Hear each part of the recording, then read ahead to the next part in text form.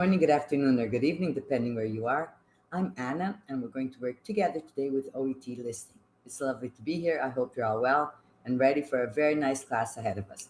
We have lots to cover because we're going to be doing parts B and C. So buckle up and let's get started. Here we go. Oh, yes, before we move forward, as the Black Friday, of course, it's all over the world and at E2 as well. It's a great opportunity for you to join our E2 family. There are so many activities to help you improve your performance and of course as a result improve your scores. So check out you can use the code Friday25 and join us. I would love to see you in the other classes and of course in OET.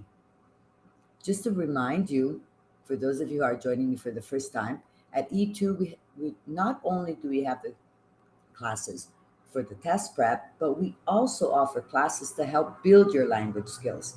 For instance, grammar, pronunciation, there's also spelling, test ready, which each week deals with one skill that can be scanning, that can be writing using connectors. So not only do you prepare for your test, but you also improve and build your language skills. Okay, let's move on. Here we go. So we're going to start with part B. In my opinion, it's the easiest. What about you? Do you think that part B is the easiest as well? So it's a series of six unrelated monologues that you're going to listen to, or it can be a dialogue as well. They're shorter, 40 to 45 seconds long. And the purpose here is for you to listen to the attitude, the speaker's opinion by intonation, the gist, the speaker's purpose, and of course, the action required. So there's going to be a statement, sentence, and a question. You're going to choose one up to three multiple choice options per question. You will hear the audio only once. Now, let's take a look at the layout. You have the context, which is the statement that I mentioned, and now the question, and then the options. So you hear a nurse handing over to a colleague at the end of her shift. What must the colleague be sure to do? So now that's the question. And then the answer options. During the pre listening, you have a few seconds there. They give you 15 seconds to read before the audio begins. Certainly, read the context sentence and think about what you know concerning language in this context. So, it's really important that you understand the question because then you know what you're listening for. Sometimes some students they rush, they try to read the context, the question, the options, and it really doesn't ingrain. So, preferably, you should read carefully the question, consider possible synonyms that can pop up. Also, is it formal? Is it informal? Who is the question addressing? So, carefully read the question and understand the information that you're going to listen for because that's the big deal here. You read the question to build expectations and to try to prepare for what the answer can be. Listen to the whole recording before you answer, okay? Because sometimes at the beginning of the recording there may be a possible answer, but by the end it's not, it changes. As you listen, keep the question in front of you to remind you of the context and question focus. And at the end of the recording, you will have 5 seconds before the next recording begins. So you should use this time to select your answer. Okay? Ready? We're going to do a quick warm up. So you will on test day hear the context and the question. So here we go. And then in sequence, the recording. You hear a specialist speaking to a patient about his injury. Now read the question.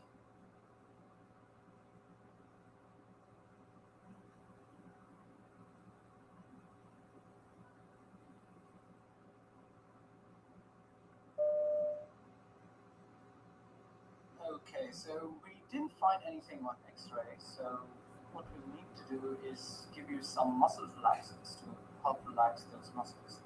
When the pain is gone, what you're going to have to do is exercises so you get those muscles in better condition.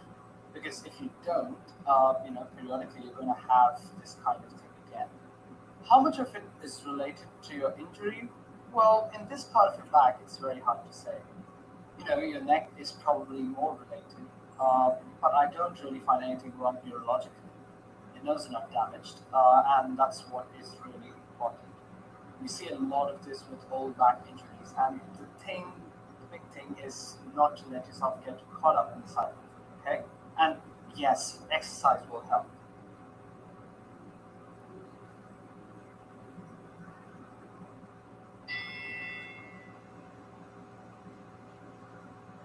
Okay, send in your answers. I would love to keep up with you guys. We're going to work together. Remember, in listening, we always double check mistakes because that's how we learn. We avoid repeating the same mistakes. So, what would the answer be? A, B, or C? So, the medical problem, is it a nerve damage? Is it neck pain? Or is it back pain? There you go. You guys are really on track. So, this is the recording and the transcript. Let's work together. I'm going to play the recording again. So, now to double check your answer. Okay, so we didn't find anything on X-ray, so what we need to do is give you some muscle relaxants to help relax those muscles. When the pain is gone, what you're going to have to do is exercises so you get those muscles in better condition. Because if you don't, periodically you're going to have this kind of thing again.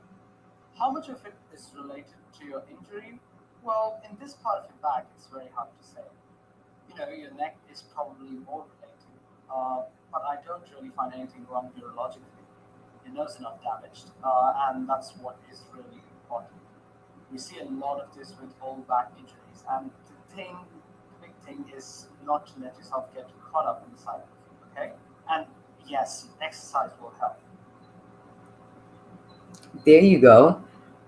So many students are sending in now the answers confirming that they had the right choice was made. Excellent. So it's an injury and it's a medical problem and it's all about the back.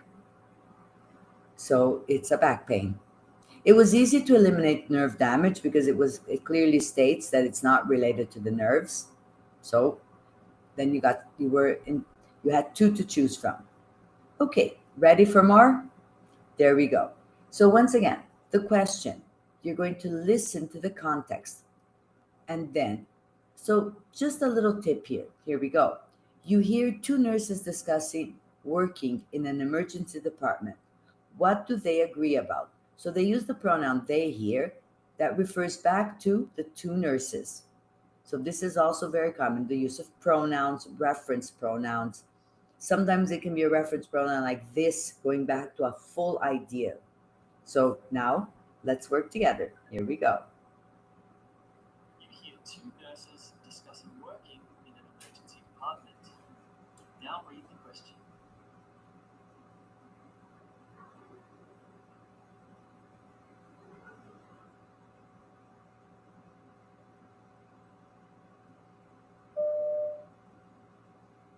No one wants to come to an emergency department, so you're dealing with patients who are really distressed, and everything is strange and people are rushing about. So every single patient that we deal with has some form of stress, and this place doesn't help. That's what makes it such a difficult area to work in. Yeah, I think it can be a very daunting experience coming here. They're often upset and anxious because they come into such a foreign environment here. What worries me is how they perceive how we treat other patients sometimes, because especially with our mental health patients who might need to be sedated and that sort of thing, I quite often think about what other patients may think of what we're doing to these patients.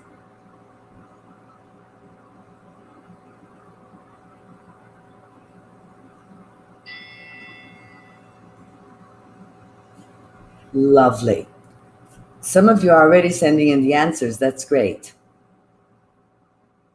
give you guys a few more seconds because I always like to, we work and we learn at different pace. So that's why, there we go. More and more are coming in. It's great to have you all participating. So the next one, keep sending in your answers. I'm not going to stop the next time. Just keep on sending your answers because we have the 3 and 4 to do in sequence. Exercise 3 and 4. You hear a nurse briefing a colleague about a new patient at the end of her shift. Now read the question.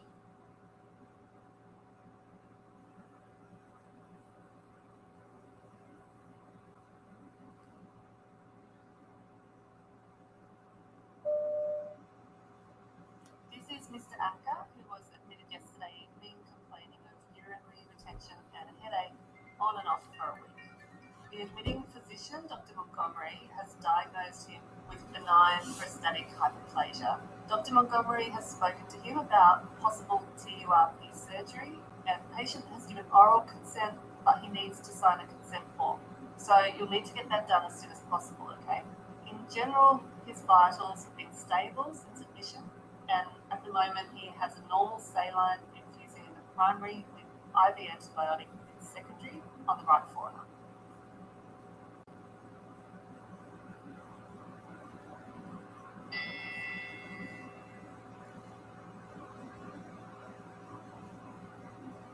You hear a medical researcher describing new guidelines for the diagnosis and management of atrial fibrillation. Now read the question.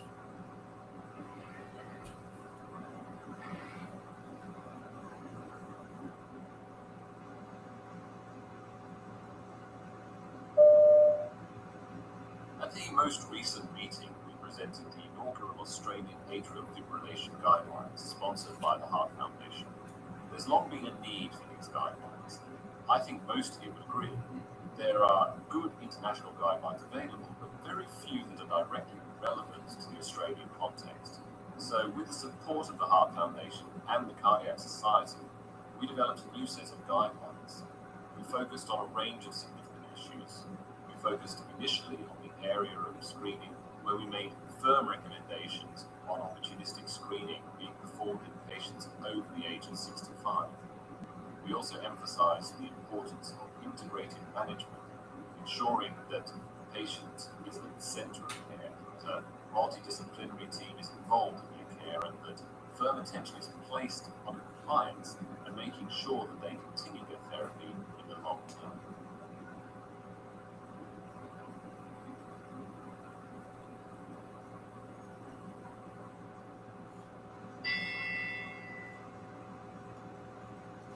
Okay, let's check out the answers.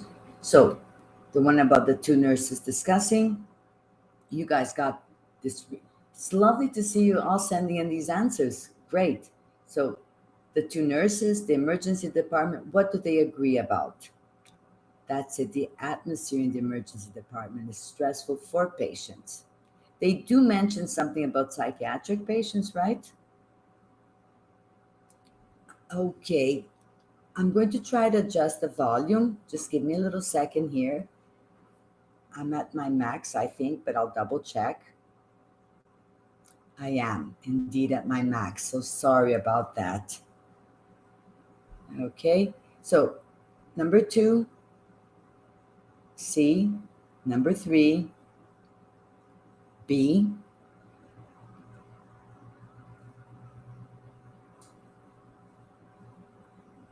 So he has given spoken consent, but he needs to sign. And then the guidelines,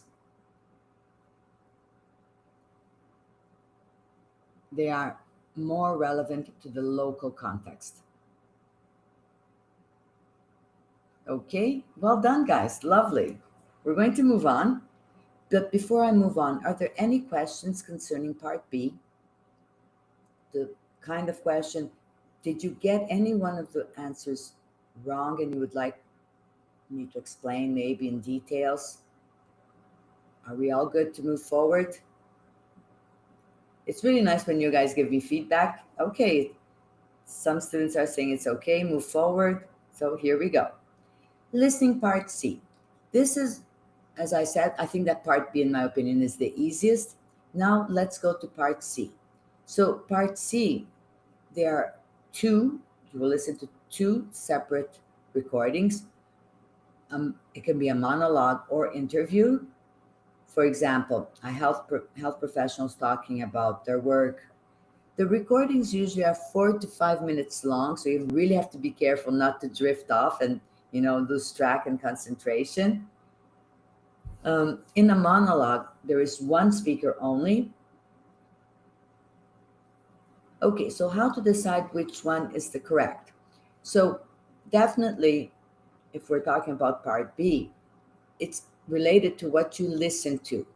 Now, if you're in doubt and you're feeling that you still can't identify, what can one of the issues can be that you need to work a little bit on language skills. So, and that's not uncommon because the level of OET for 350, you need to have that little boost sometimes. So, what do I recommend? That you work on building your language skills. So, if you're aiming for a 350, you're aiming for like a B1, uh, B2. So, what should you do? Start with listenings of B1. Once you feel that you're comfortable and you really, you can master B1, move on to B2 level because that's more the 350 level. Okay. And trust me, there is a difference. In some cases, they mention the three options, you are right, but that's why sometimes it's little details that you will see only, not just. So it's always related to keywords like adjectives, adverbs. These play a very important role because that's how you distinguish which one is correct and incorrect. Does it make sense? So if I say, let's suppose, uh, just 70%, no, or just over 70%, just over 70%, it can be 71, 72, 73, right? Just over 70%. But if I say over 70%, it can be 71, 80, 90, 100. So when you say just over 70%, or over 70%. So you see the difference? If in the recording it says just over 70%, it's going to be 71, 72, 73. Okay? There we go. So in moving on now, let's grasp, let's get back to part C again.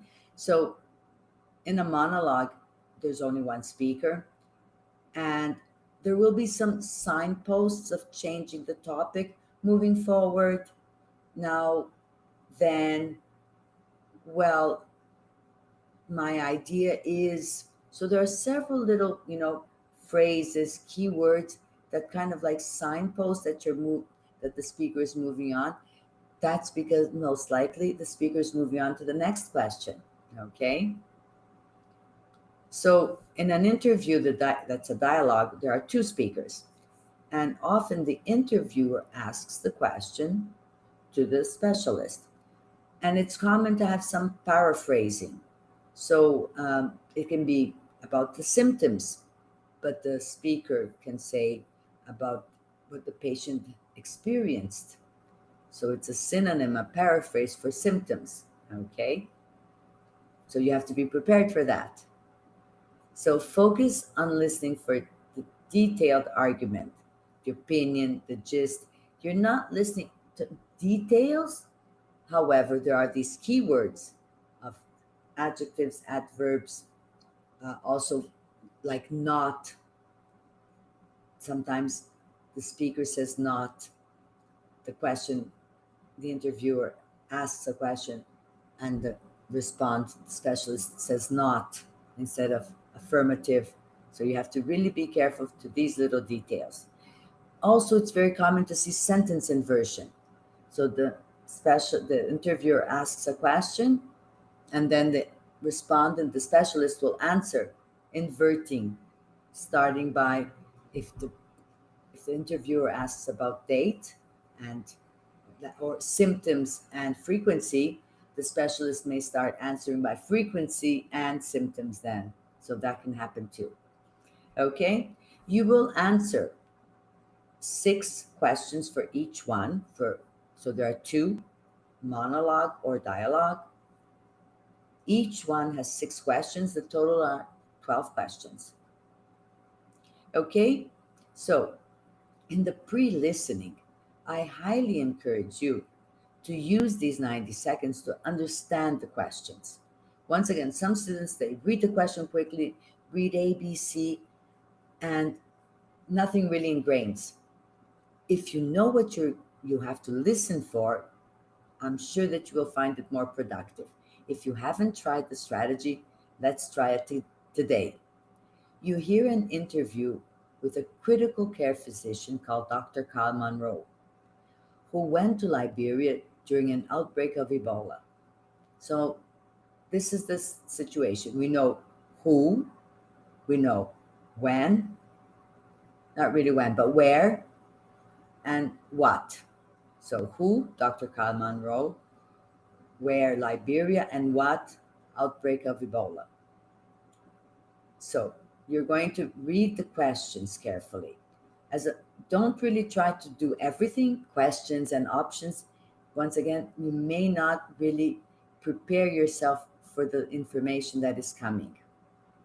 So let's work together here. So it says, what led Dr. Monroe to volunteer to treat Ebola patients in Liberia?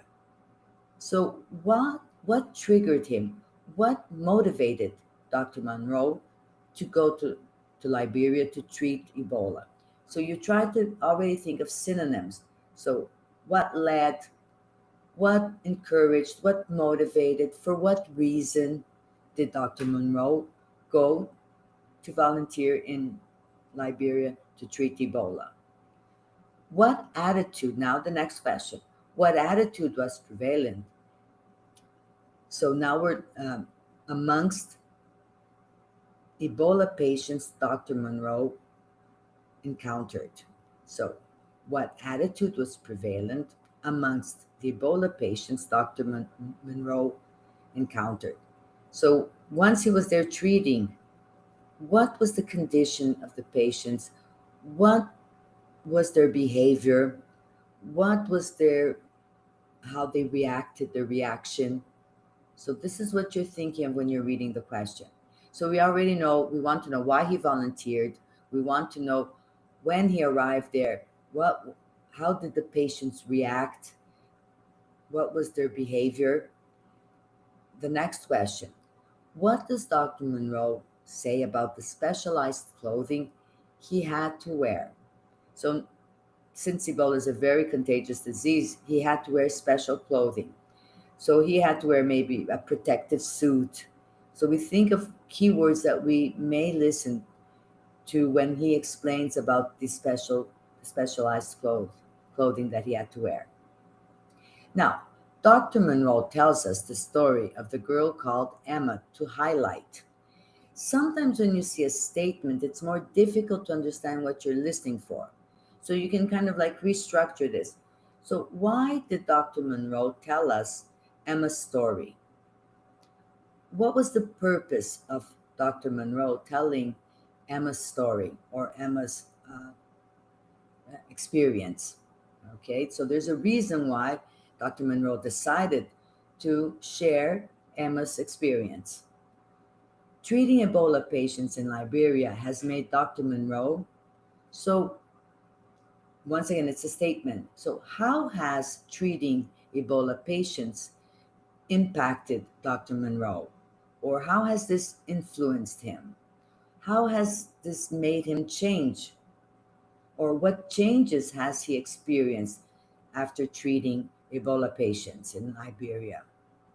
And then finally, Dr. Monroe explains that Ebola may spread to other parts of the world because.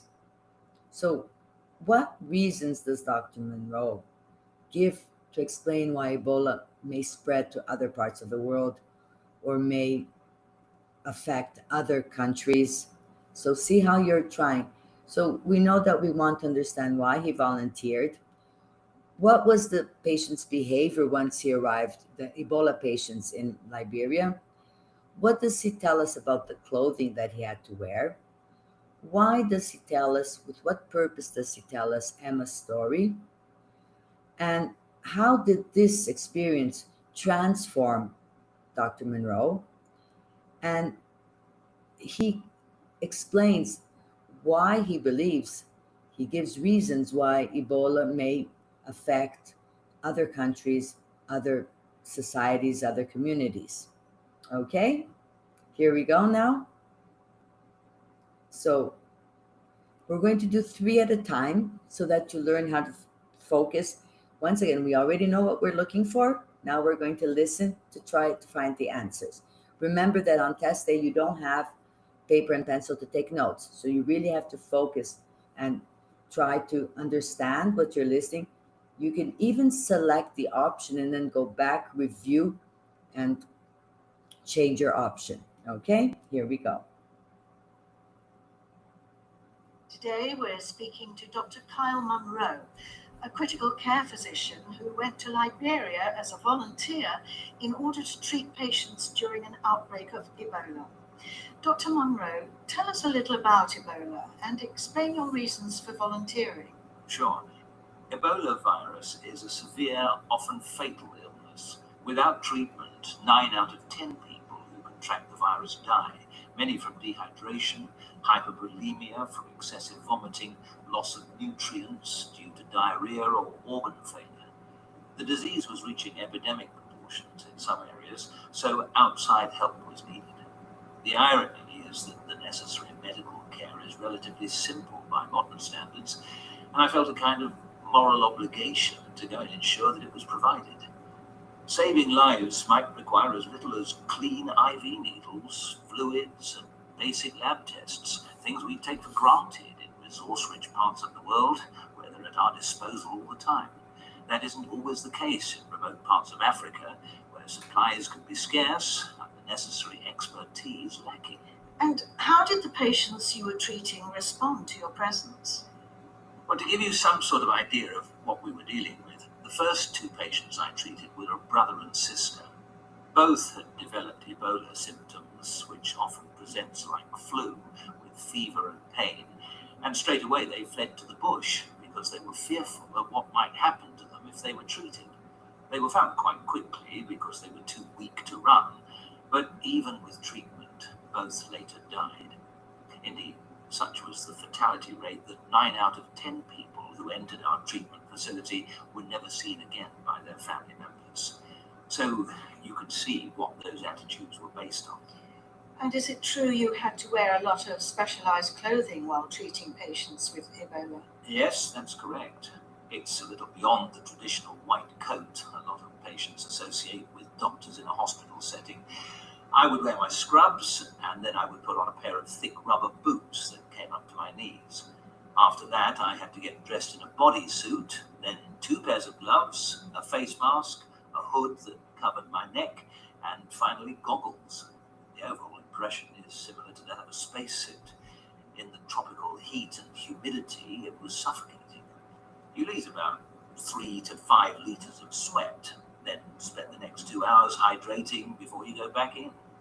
It does limit the level of care you're able to provide because it prevents you from physically contacting your patients, and that reduces the amount of sensory input we usually get as part of our jobs as physicians, but it also saves your life.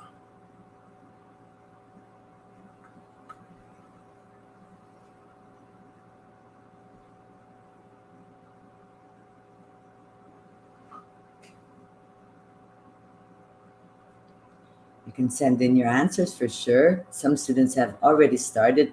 It's great to have you guys sending in your answers. And it doesn't have to be in order. Maybe you missed 31, but you got 32 perfect. There we go.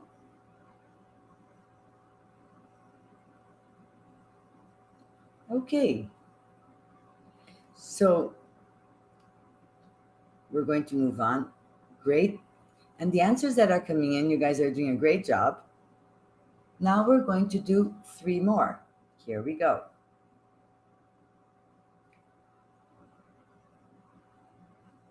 And is there a particular case that sticks in your mind for any reason?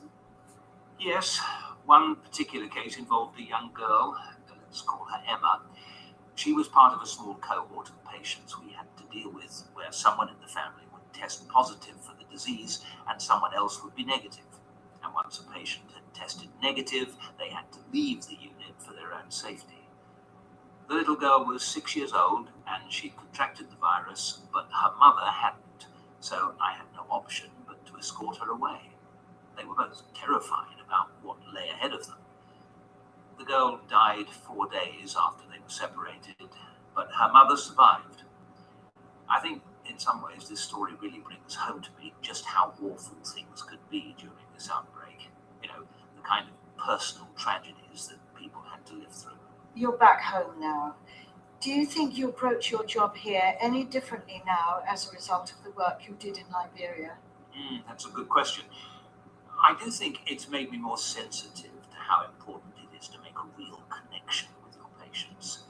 One of the things we had to do for our patients in Liberia, in addition to just trying to blunt the worst effects of an appalling illness, was also to try and manage their anxieties and fears. I'd like to think that I'd been aware of the need to do that before, but now I think I understand the principle behind it in an entirely new way. And that's informing the work I do with my regular patients back home. And do you believe Ebola is something the rest of the world should be more concerned about? Well, I know the disease has spread further, and I'm not surprised. In a recent case in Nigeria, a man infected with Ebola collapsed at a crowded international airport. He later died, and the authorities had to closely monitor nearly 60 people he might have come into contact with. The majority of people think that Ebola is a dramatic disease that kills people in no time. The reality is that the incubation period is 21 days, and because the disease can spread from one infected person to another person via direct contact with blood or body fluids, the potential for spread outside of West Africa is there. Good infection control should prevent this happening.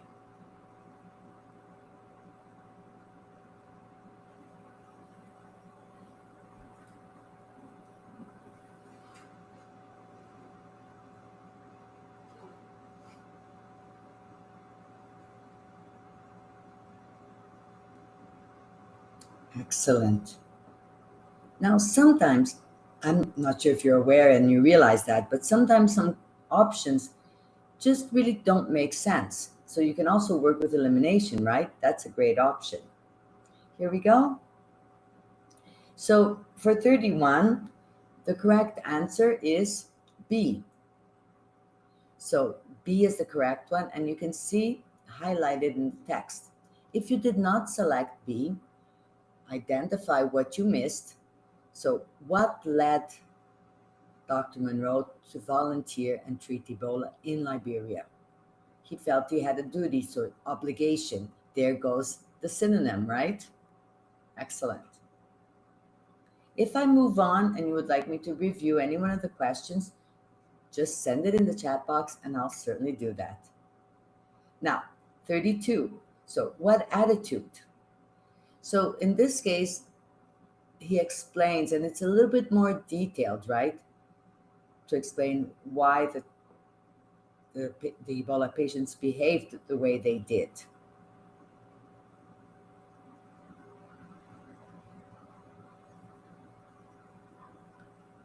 That's it. So most of the time, in 9 out of 10 cases, the people who were treated, they died. And of course, that could be attributed maybe to the doctors, which is a shame, but that's in their mind. Okay. So once again, if you chose a different answer and you would like me to explain, just let me know. So this is a mistrust of medical intervention. The answers that are coming in the chat box are really corresponding to the right options. And 33, it is letter C. When it says about the clothes that he wears. he doesn't say that it's uncomfortable. We can kind of like deduce that something, we can infer that's something dangerous because we can infer, but he doesn't say that it's uncomfortable, right? So that's why sometimes, once again, how to choose the correct option. Because what does Dr. Monroe say about the specialized clothing? So he doesn't say that it was uncomfortable. He said, I had to wear this, a mask, two gloves, boots, and so on. So he described it, but he doesn't say at any point it was uncomfortable. Okay, we can infer it was. 34. So, why does Dr. Monroe tell us about Emma? What was the purpose? There you go, about the tragedy, right? The mother, the daughter, there we go. It's very tragic.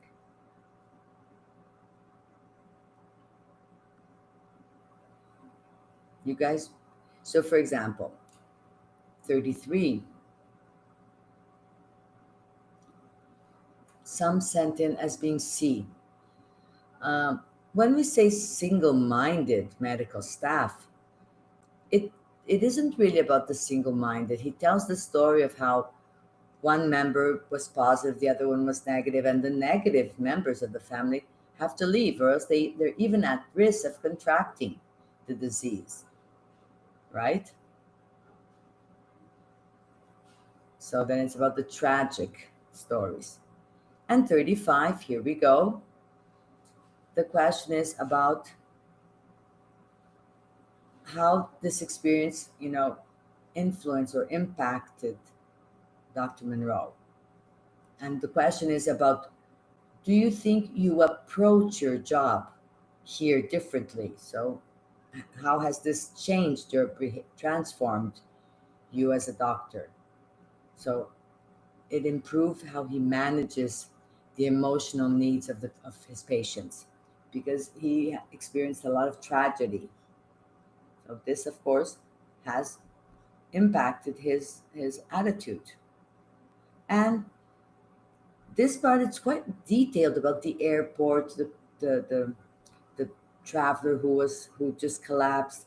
So he explains why he believes that Ebola can spread or can, affect other countries.